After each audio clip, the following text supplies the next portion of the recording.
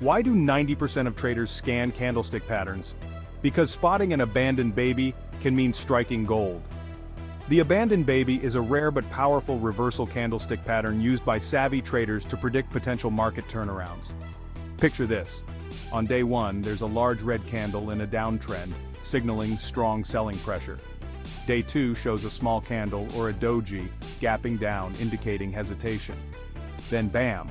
Day 3 delivers a large green candle, gapping up, suggesting a bullish reversal. This baby, left alone between gaps, signals that the bears are losing grip and the bulls are stepping in with force. To spot this gem, look for a clear downtrend, followed by the doji that doesn't overlap with other candles, and finally, a sharp move upwards. Remember, while the abandoned baby is a strong signal, always confirm with other indicators to make smart, informed trades. Happy trading, and keep your eyes peeled for those rare babies on your chart.